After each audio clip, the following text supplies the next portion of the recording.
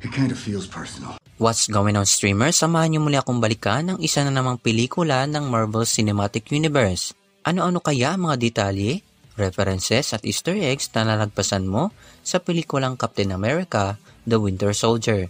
Hayaan mong tulungan kita.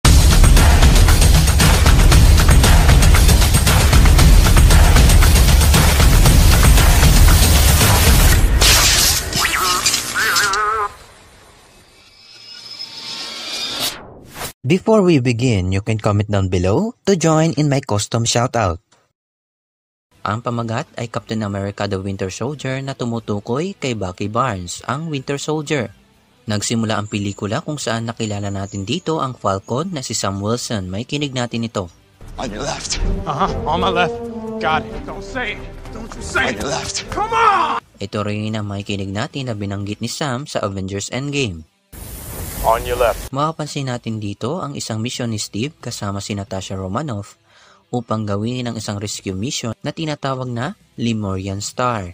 Medyo weird lang dahil mali ang spelling ng nasa monitor at minsan na ring mali ang pagkakabanggit ng ilan sa mga karakter. Launch platform, the Lemurian Star. Open Lemurian Star satellite launch file. And Zola's algorithm was on the Lemurian Star. Ang Lemurian ay maaaring reference sa isang kaharian sa Pacific Ocean na tinatawag ding Lemurian. Balik tayo kay Steve. Mission din nilang hulihin si Batroc the Leaper na minsan nating nakita sa Falcon in the Winter Soldier series. Kasama nila si Brock Remlo at alam naman natin na isa siya sa mga naging kalaban na si Crossbones sa Captain America Civil War. Sa mga nauna niyang pelikula, ang shield niya ay pangdepensa lang pero dito, ginamit rin niya ito bilang panlaban. At alam niyo ba na hindi gumamit si Cap ng kahit anong armas na may bala sa buong pelikula? Punta naman tayo sa SHIELD headquarters. At nagkasagutan ang dalawa. Soldiers trust each other. That's what makes it an army. Not a bunch of guys running around shooting guns. Last time I trusted someone, I lost an eye. At kung hindi niyo pa napapanood ang Captain Marvel, ang pusang si Goose na isang Flerken, ang may gawa kung bakit nagkaganon ang mata niya.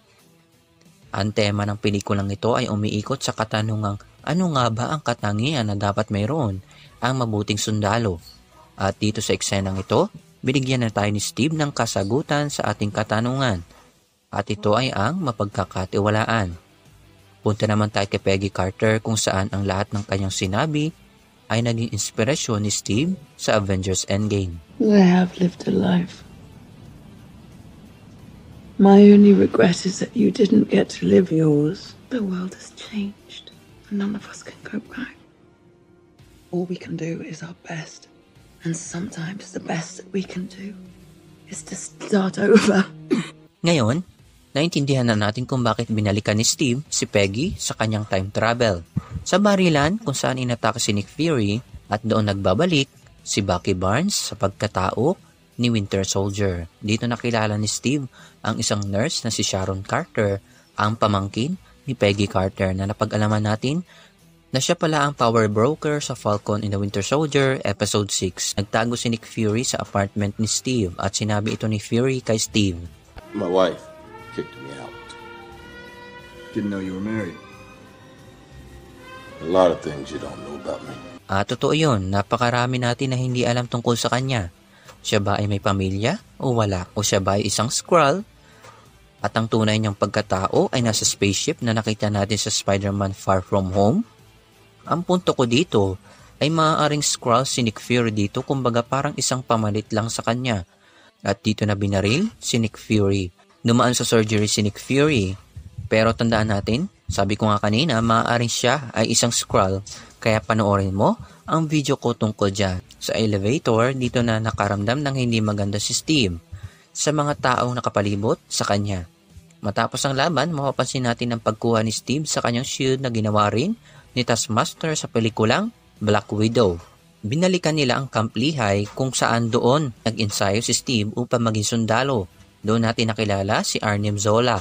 Tao pa siya sa unang pelikula pero ngayon, isa siyang algorithm upang maireserba niya ang buhay niya. At si Arnim Zola ay makikita rin natin sa Marvel's What If Episode 8 and 9. Dito binulgar ni Zola ang pagkamatay ni Maria at Howard Stark.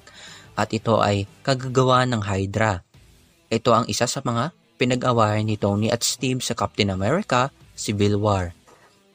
Dito natin nalaman na si Sitwell at Senator Stern ay isa sa mga sekretong miyembro.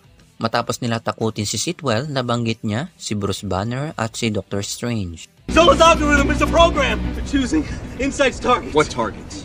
You, a TV anchor in Cairo, the Undersecretary of Defense, a high school valedictorian in Iowa City, Bruce Banner, Stephen Strange, anyone who's a threat to Hydra. Ang ilang eksena sa laban ay halos katugma ng nasa comics. Balik tayo muli kay Nick Fury. Mapapansin natin sa unang eksena na patay na siya. Tapos, makikita natin muli siyang buhay dito. Malalaman natin dito ang isang pagbabalik tanaw kung saan pinag-eksperimentuhan pala ng Hydra si Bucky noon. Suot muli ni Steve ang dati niyang suot noong World War II. Nagkaroon muli ng cameo si Stan Lee. Punta naman tayo kay Natasha na nagbalat kayo kasama sila Fierce. Ang galaw na ito ay nakita rin natin ginawa ni Sharon Carter sa Falcon and the Winter Soldier at ginawa rin ni Natasha at Milena sa pelikulang Black Widow. Punta naman tayo sa laban ni Bucky at Steve. Iniligtas ni Cap si Bucky. Isa itong kalidad ng pagiging mabuting sundalo. Ito ay ang pagsagip ng buhay. Makikita natin ang eksenang ito kung saan nandun sila sa puntod ni Nick Fury. At nandun din si Nick Fury. Tandaan, peke ang pagkakamatay ni Nick Fury dito. Ang post-credit scene ay may kilala natin dito si Baron Von Stryker at ang scepter ni Loki at ang magkapatid na si Wanda at Pietro. Sa huling eksena ay kung saan misyon ni Cap na hanapin si Bucky at muli siyang tulungan upang siya ay maibalik. Ang isa pang kalidad ng pagiging mabuting sundalo ay hindi dapat nag-iiwanan. At yan ang lahat ng detalye na nakita ko sa pagbabalik tanaw sa pelikulang ito. Comment down below to join in my custom shoutout. Don't forget to leave a like, hit that subscribe button. I'll see you next time.